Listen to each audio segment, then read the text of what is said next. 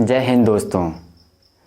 आँखों में सपने लेकर मंजिल की हर जिद मान लिए, अब क्या मुश्किल आसान भी क्या, जब ठान लिए तो ठान लिए। स्वागत है आप सभी का आपके अपने YouTube चैनल सोनांचल शिक्षा में। भारतीय संविधान की संवैधानिक विकास का यह दूसरा लेक्चर आज हम स्टार्ट करने वाले हैं। अगर आपने पहला लेक्चर नहीं देखा हो तो उसका लिंक हम डिस्क्रिप्शन बॉक्स में दे देंगे, आप ज़रूर देख लें।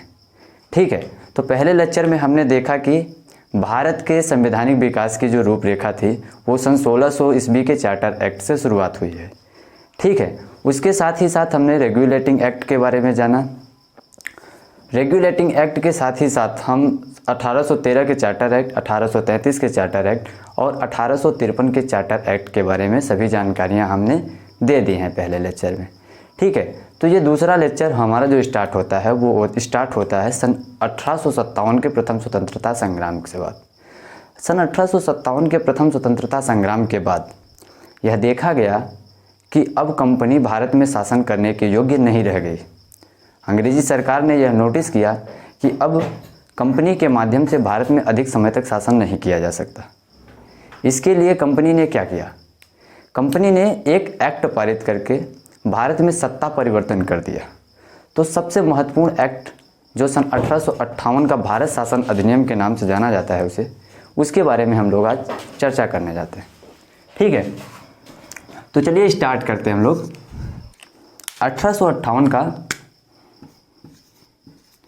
1858 ईस्वी का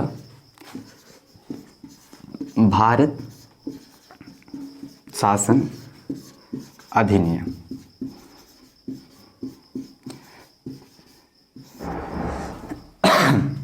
1858 के भारत शासन अधिनियम की प्रमुख बातों पर चर्चा करते हुए सबसे पहली बात जो आती है वो ये, किसने क्या किया। जो भारत में शासन की बागडोर कंपनी की थी उसे क्या कर दिया, सीधे ब्रिटिश हाथों में, ब्रिटिश सम्राट के पास दे दिया। अर्थात क्या कर दिया गया, सत्ता परिवर्तन कर दिया गया। सत्ता परिवर्तन कर दिया गया। ठीक है, सबसे पहला क्या हुआ, सत्ता परिवर्तन कर दिया गया। अर्थात अब भारत में कंपनी का शासन न रह के ब्रिटिश सरकार का शासन आ गया। सत्ता परिवर्तन संबंधी इलाहाबाद का घोषणा पत्र पढ़ा गया। इलाहाबाद का घोषणा पत्र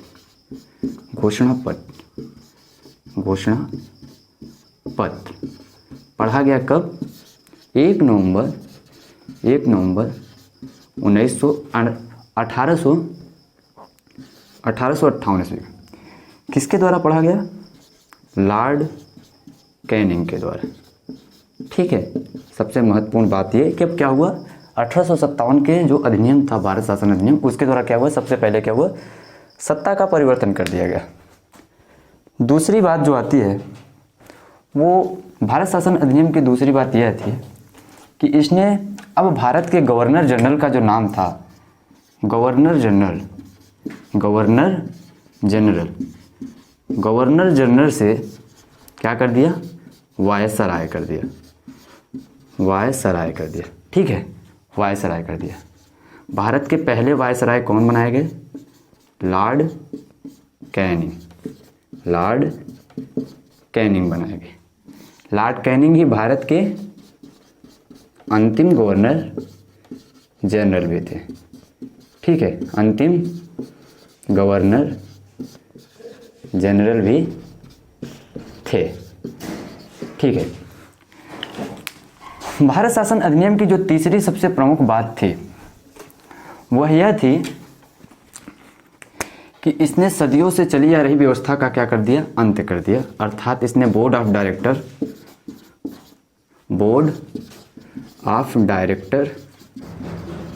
एंड बोर्ड ऑफ कंट्रोल का क्या कर दिया, भंग कर दिया। बोर्ड ऑफ कंट्रोल का क्या कर दिया, भंग कर दिया। अर्थात बोर्ड ऑफ डायरेक्टर और जो स्वामी मंडल और निदेशक मंडल होता था उसको अब क्या कर दिया गया, भंग कर दिया गया। जब स्वामी मंडल और निदेशक मंडल भंग हो गया तो शासन की जिम्मेदारी कौन करेगा, इसके लिए क्या किया गया, एक नए पद का सृजन किया गया। ठीक है, तो वह नया पद कौन सा था, भारत सचिव या भारत का सचिव जिसे क्या कहा गया, भारत सचिव कहा गया। भारत सचिव कहा गया। ठीक है, और पहले भारत सचिव कौन बनाए गए? फर्स्ट भारत सचिव कौन बनाए गए? भारत सचिव क्या थे, कौन थे? Lord Stanley. लॉर्ड स्टैनले पहले भारत सचिव कौन बनाए गए? Lord Stanley. ठीक है, 1858 का भारत शासन अधिनियम था, उसकी ये सबसे महत्वपूर्ण बात थी कि जो भारत सचिव नामक एक नए पद का क्या हुआ? सृजन हुआ। साथ ही साथ क्या हुआ? भारत सचिव के कार्यों की सहायता करने के लिए एक भारत परिषद का क्या हुआ? गठन हुआ। भारत परिषद का क्या हुआ? गठन हुआ। भारत परिषद का क्या हुआ? गठन हुआ। भारत परिषद में कुल 15 सदस्य थे। 15 सदस्य थे। ठीक है, इस प्रकार भारत में एक गृह सरकार बन गई। ठीक है, जिसमें कौन कौन सा था? एक तो था भारत सचिव, और दूसरा था भारत परिषद। दोनों मिलकर क्या कहलाए? गृह सरकार भारत में कहलाए। गृह सरकार। बहुत से लोगों के द्वारा इस एक्ट की बड़ी सराहना की गई कि ये एक्ट भारत के लिए बहुत ही उपयोगी था। तो इस एक्ट को एक और नाम दिया गया, एक उपनाम दिया गया। भारत शासन अधिनियम को एक उपनाम दिया गया। उपनाम था इसका act for the better government of India. ठीक है, तो ये तो बात रही सन 1858 के भारत शासन अधिनियम की। ठीक है, इसके बाद जो दूसरा सबसे महत्वपूर्ण आगे का अधिनियम पारित किया गया वो था 1861 का भारत परिषद अधिनियम। तो दूसरा जो टॉपिक आता है वो आता है भारत परिषद अधिनियम। 1861।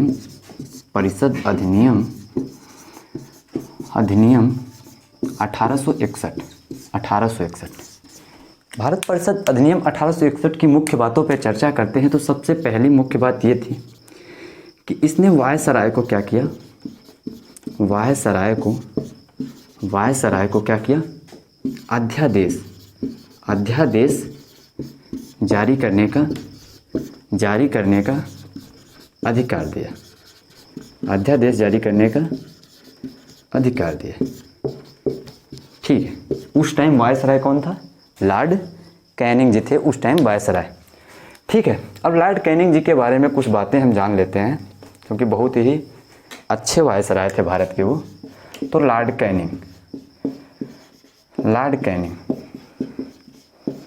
कैनिंग को भारत में विभागीय प्रणाली का जन्मदाता कहा जाता है।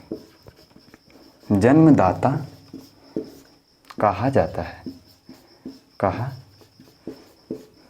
जाता है क्योंकि इन्होंने भारत में पहली बार विभागीय सिस्टम का क्या किया था? प्रतिपादन किया था। दूसरी बात, इन्हें मंत्री परिषद का भी जनक कहा जाता है। मंत्री परिषद का भी जनक कहा जाता है। ठीक है, ये तो रहा अपन का जो बात आई, ये भारत परिषद अधिनियम 1861 की बात आई जिसमें हम लोगों ने सभी बातों को देख लिया। ठीक है, चलिए अब आगे चलते हैं। 1892 का भारत परिषद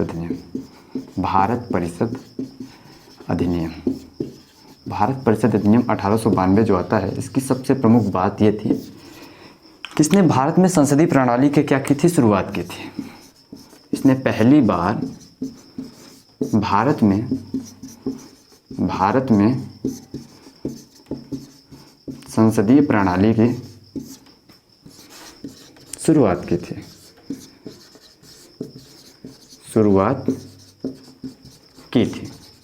ठीक है, इसके साथ ही साथ 1892 का जो भारत परिषद अधिनियम था, इसमें एक नए सिद्धांत का क्या मिला? बल मिला। वो नया सिद्धांत क्या था? अप्रत्यक्ष निर्वाचन प्रणाली। भारत में पहली बार चुनाव में अप्रत्यक्ष निर्वाचन प्रणाली अपनाई गई इसी एक्ट के द्वारा, 1892 का भारत परिषद अधिनियम के द्वारा।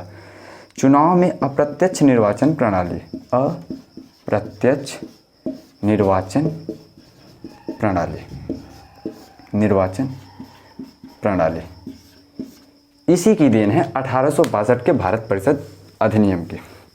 ठीक है, धीरे धीरे समय बदलता गया और कांग्रेस की स्थापना के साथ ही साथ बंगाल विभाजन और अन्य प्रमुख ऐतिहासिक घटनाओं के साथ ही साथ, ठीक है, अंत में अब क्या हुआ, एक बहुत ही, जब भारत में आंदोलन तीव्र गति से चलने लगा, स्वदेशी आंदोलन और आंदोलन, तो एक प्रमुख एक्ट जो कि ब्रिटिश को मजबूरी में लाना पड़ा, वो एक्ट आया सन 1909 ईस्वी का। 1909 ईस्वी का भारत शासन अधिनियम, भारत शासन अधिनियम 1909, भारत शासन अधिनियम 1909। इसे एक अन्य नाम से भी जाना जाता है, मार्ले मिंटो सुधार। दोस्तों, आप जानते हैं कि परीक्षा में इसकी कितनी अहमियत है और कितनी बार यहाँ से क्वेश्चन बार बार रिपीट होते रहते हैं, तो इसको ध्यान से देखिएगा आप लोग। मार्ले मिंटे सुधार, ठीक है, मार्ले मिंटे सुधार। मार्ले मिंटे क्या था? अब भाई ये दो नाम आ रहे हैं, एक मार्ले आ रहा है, एक मिंटो आ रहा है, तो ये क्या थे? मार्ले मिंटो उस टाइम क्या थे? तत्कालीन क्या थे? तत्कालिक भारत सचिव हुआ करते थे, भारत सचिव हुआ करते थे। और मिंटो क्या थे? मिंटो उसमें वायसराय थे, लॉर्ड मिंटो वायसराय थे। ठीक है, इन दोनों के प्रयास से सन 1909 ईस्वी का भारत शासन अधिनियम आया। मार्ले क्या थे? तत्कालीन भारत सचिव हुआ करते थे और मिंटो क्या थे? वायसराय थे। ठीक है, अब चलिए बात करते हैं इस एक्ट की प्रमुख बातों के बारे में। चूंकि भारत में उस टाइम क्या था, कांग्रेस का विभाजन हुआ था सन 1907 ईस्वी में गर्म दल और नरम दल में, और दूसरी तरफ मुसलमान भी अपने हक की मांग के लिए मांग कर रहे थे। तो इन सब चीज़ों को देखते हुए क्या किया, ब्रिटिश सरकार ने एक फूट डालो और राज करो की नीति के तहत क्या किया कि मुसलमानों के लिए, अर्थात मुसलमानों के लिए एक पृथक निर्वाचन आयोग, एक पृथक निर्वाचन आयोग, पृथक निर्वाचन पद्धति का प्रावधान कर दिया। इसका मतलब क्या हुआ? इसका मतलब ये हुआ कि जहां कहीं भी मुसलमान प्रत्याशी खड़ा होगा चुनाव में, उसे केवल मुस्लिम मतदाता ही क्या कर सकेंगे? वोट दे सकेंगे। ये इसका मतलब था। ठीक है, तो ये सबसे प्रमुख बात थी सन 1909 ईस्वी के भारत शासन अधिनियम की, अर्थात मार्ले मिंटो सुधार की। ठीक है, इसके साथ ही साथ भारत शासन अधिनियम 1909, भारत शासन अधिनियम 1909 पूरी तरह से भारत में विभाजिता की बीज को क्या कर रहा था? बो रहा था, अर्थात उसे अब पूरी तरह से भारत में हिंदू और मुसलमान दो भागों में करने की सोच थी, और वही इसके तहत हुआ। इसका पूर्ण जोर विरोध भी हुआ, फिर भी यह लागू किया गया। ठीक है, जो नेक्स्ट अपना अधिनियम आता है वो आता है भारत शासन अधिनियम, शासन अधिनियम 1919। इसे कहा गया मॉन्टेग्यू चेम्सफोर्ड सुधार। अब यहाँ भी दो नाम आए। मॉन्टेग्यू उस टाइम क्या थे? भारत सचिव थे, भारत सचिव हुआ करते थे, और चेम्सफोर्ड क्या थे? वायसराय थे। भारत में होम रूल लीग आंदोलन की बढ़ती लोकप्रियता के कारण अंग्रेज अब विवश थे कि कोई एक अच्छा सा वो एक्ट लाएं ताकि भारतीयों को थोड़े टाइम के लिए और शांत किया जा सके। इसमें वो सफल भी हुए। सन 1917 ईस्वी में क्या किया गया? भारत शासन अधिनियम 1919 तैयार हुआ, लेकिन इसे लागू कब किया गया? लागू हुआ ये 1921 ईस्वी में। ठीक है, इसकी प्रमुख बातों के बारे में हम चर्चा करते हैं। इसकी प्रमुख बातें थी, भारत शासन अधिनियम की प्रमुख बात, पहली बात ये थी कि प्रांतों में द्वैत शासन, प्रांतों में द्वैत शासन प्रणाली स्टार्ट कर दी गई, मतलब शुरुआत हो गई इसकी कि प्रांतों में द्वैत शासन प्रणाली आ गई। दूसरी बात, प्रत्यक्ष निर्वाचन प्रणाली अपना ली गई। प्रत्यक्ष निर्वाचन प्रणाली अपनाई गई। साथ ही साथ पहली बार महिलाओं को मत देने का अधिकार दिया गया। महिलाओं को मताधिकार का अधिकार मिला, मत अधिकार मिला। ठीक है, पहली बार महिलाओं को क्या हुआ, मत देने का अधिकार मिल पाया। तीसरी सबसे महत्वपूर्ण बात ये थी, वह यह थी भारत शासन अधिनियम 1919 के। भारत शासन अधिनियम 1919 की जो तीसरी सबसे महत्वपूर्ण बात थी कि इसने केंद्र में क्या किया, द्विसदनात्मक व्यवस्था स्थापित कर दी। केंद्र में क्या किया, द्विसदनात्मक व्यवस्था स्थापित कर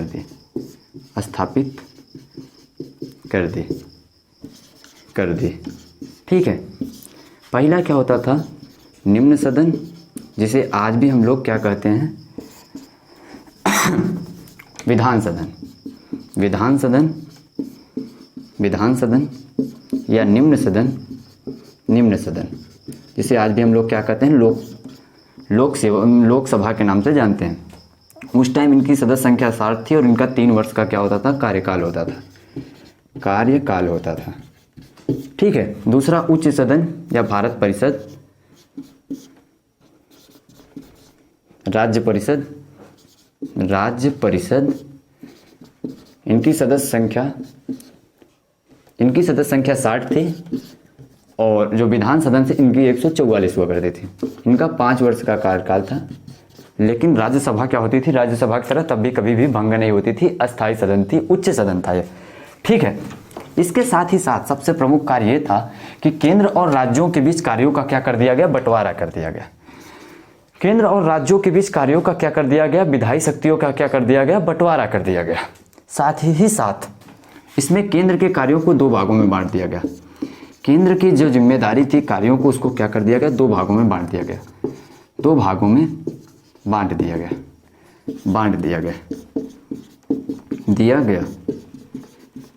एक रक्षित विषय पर होते थे, रक्षित विषय, और दूसरे हस्तांतरित विषय।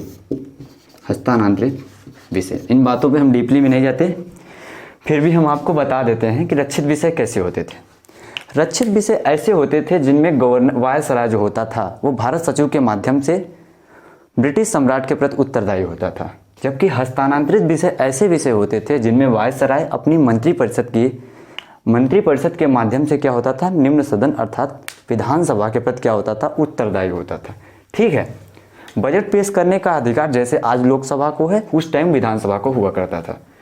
ठीक है, इसी के शासन जो भारत शासन अधिनियम 1919 था, उसकी प्रमुख बात क्या थी कि भारत में एक केंद्रीय संघ लोक सेवा आयोग के गठन का प्रावधान किया गया। भारत में संघ लोक सेवा आयोग के गठन का क्या किया गया, प्रावधान किया गया, जिसके तहत ली आयोग की सिफारिश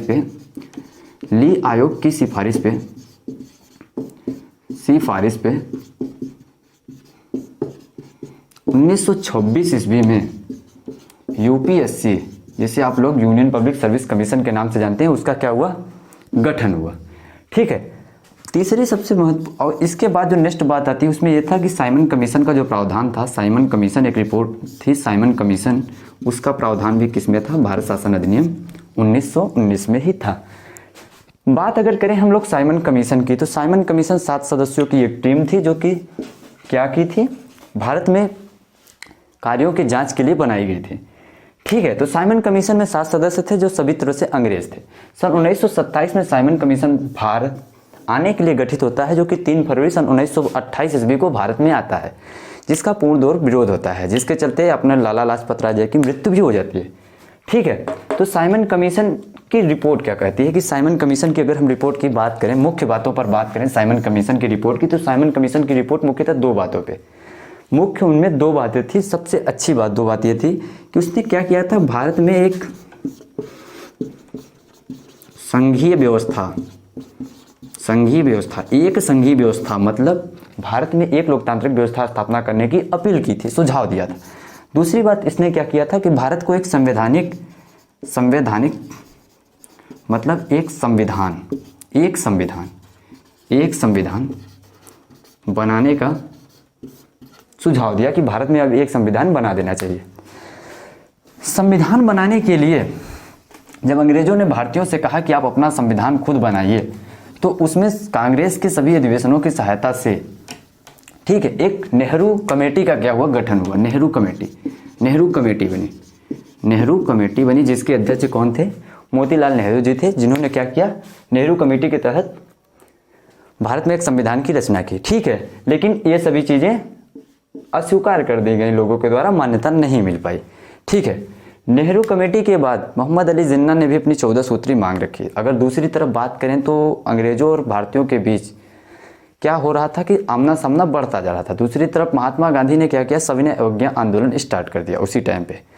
प्रथम गोलमेज सम्मेलन, द्वितीय गोलमेज सम्मेलन और तृतीय गोलमेज सम्मेलन होने के बाद एक जो सांप्रदायिक पंचांग घोषित कर दिया लॉर्ड मैकडोनाल्ड ने। ठीक है, इसके तहत क्या किया गया कि भारत में एक तीसरे राज्य की स्थापना, दलित क्षेत्र की स्थापना का क्या कर दिया गया, प्रावधान कर दिया गया, जिसके लिए पूना पैक्ट होता है महात्मा गांधी और भीमराव अंबेडकर के बीच। इन सभी चीज के बढ़ते दबाव के बीच अब जब अंग्रेजों को यह लग गया कि भारत में एक संघीय संविधान की रचना कर देनी चाहिए, तो संयुक्त प्रवर समिति की सिफारिश के आधार पर एक नए एक्ट, जो पूरी तरह से भारत के संविधान का एक विस्तृत रूप था, एक नए किया गया, अधिनियम बनाया गया।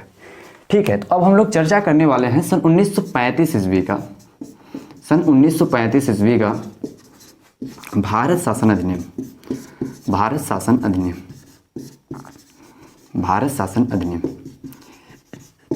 यह एक तरह से विस्तृत संविधान था जिसमें कुल 321 अनुच्छेद थे, 14 भाग थे और 10 अनुसूचियां थी। इसी का विस्तृत रूप आज भारतीय संविधान के रूप में हमारे पास है। ठीक है, हालांकि इसमें यह था कि उस टाइम प्रस्तावना का प्रावधान नहीं किया गया था, प्रस्तावना नहीं थी। दूसरी बात, इस एक्ट की सबसे प्रमुख बात थी कि एक संघीय उच्चतम न्यायालय का प्रावधान किया गया। संघीय उच्चतम न्यायालय का प्रावधान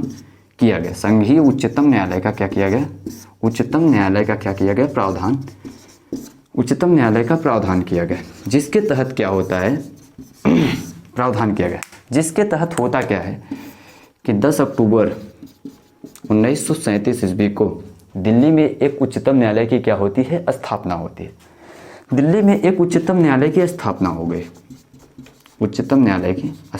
गई, जिसके पहले मुख्य न्यायाधीश कौन थे, मेन न्यायाधीश कौन थे, वो थे मेसर गियर हुआ करते।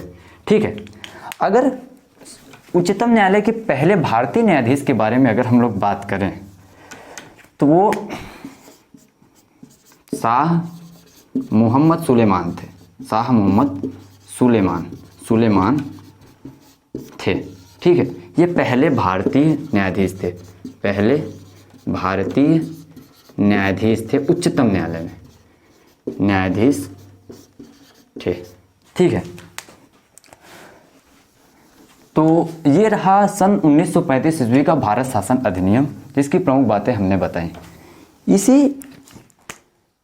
इसी के तहत क्या हुआ, राज्यों में द्वैत शासन का क्या कर दिया, अंत कर दिया गया। राज्यों में क्या हुआ, राज्यों में द्वैत शासन का अंत हो गया, शासन का अंत कर दिया गया, शासन का अंत कर दिया गया,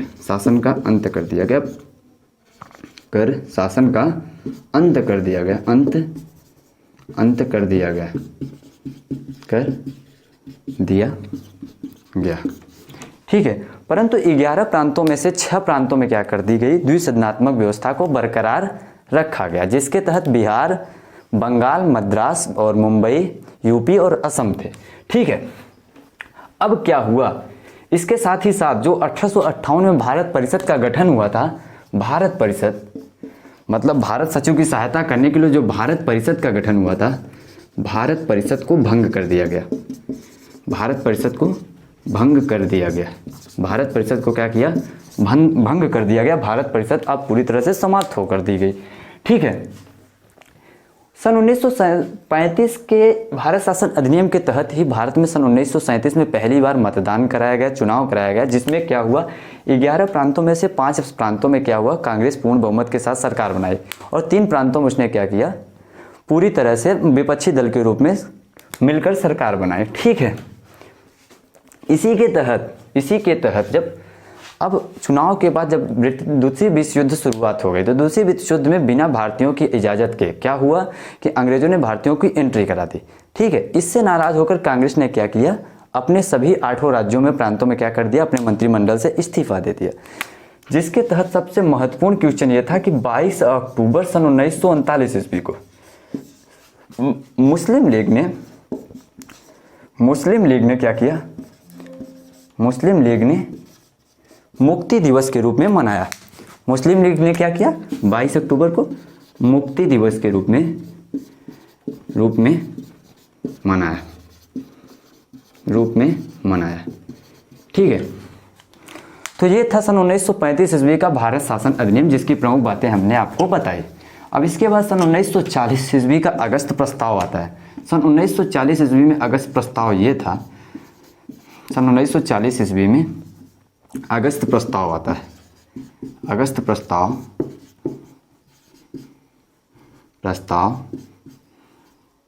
8 अगस्त 1940 ईस्वी को आता है। अगस्त प्रस्ताव में यह था कि भारत युद्ध के बाद अंग्रेज भारत को खाली कर देंगे और भारत में संविधान निर्माण की प्रक्रिया अपनाएंगे, लेकिन पूरी तरह से कांग्रेस और मुस्लिम लीग के द्वारा भी इसका क्या कर दिया गया, बहिष्कार कर दिया गया और यह असफल रहा। ठीक है। इसके बाद जो नेक्स्ट अधिनिवेशन आता है वो आता है क्रिप्स मिशन के रूप में। क्रिप्स मिशन के रूप में क्लेमेंट इटली ने इसको भेजा था, क्रिप्स मिशन के रूप में।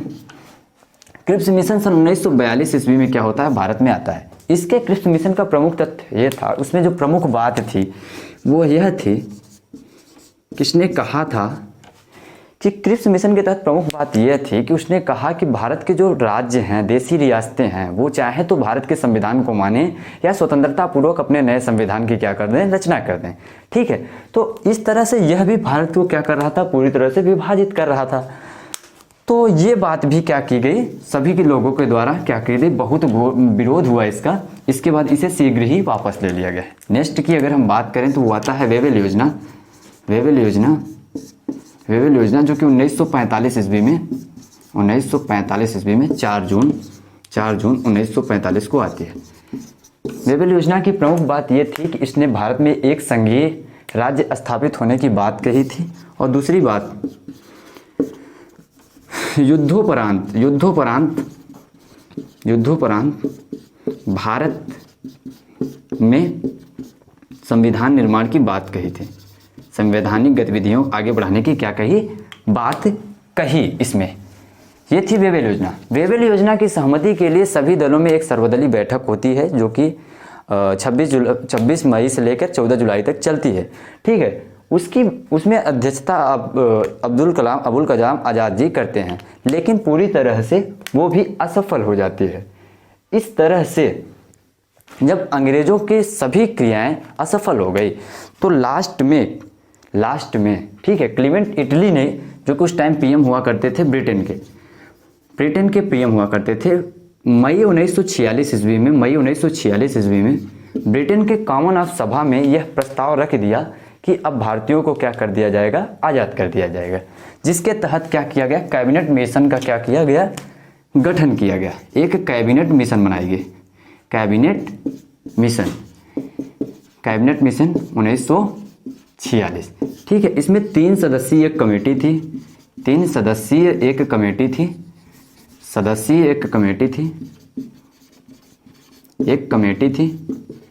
कमेटी थी।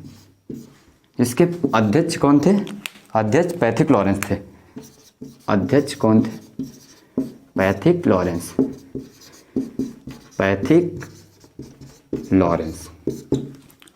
तो कैबिनेट मिशन 3 सदस्यीय कमेटी थी, जिसके अध्यक्ष कौन थे, पैथिक लॉरेंस थे।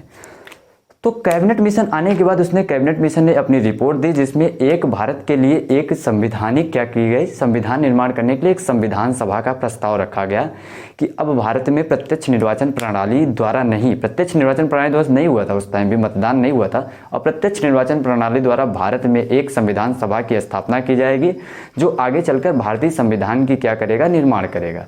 ठीक है दोस्तों, तो आगे हम अपने नेक्स्ट लेक्चर में ये बात करेंगे कि भारत की संविधान सभा के बारे में, और उसके बाद भारत के संविधान पर जो विस्तृत रूप से संविधान पॉलिटी का अब नेक्स्ट चैप्टर शुरुआत होता है, प्रस्तावना प्रायम्बल संविधान शुरुआत होता है, वहाँ हम लोग अपने नेक्स्ट लेक्चर में भारत के संविधान की बात के विस्तृत रूप से करेंगे। जय हिंद दोस्तों।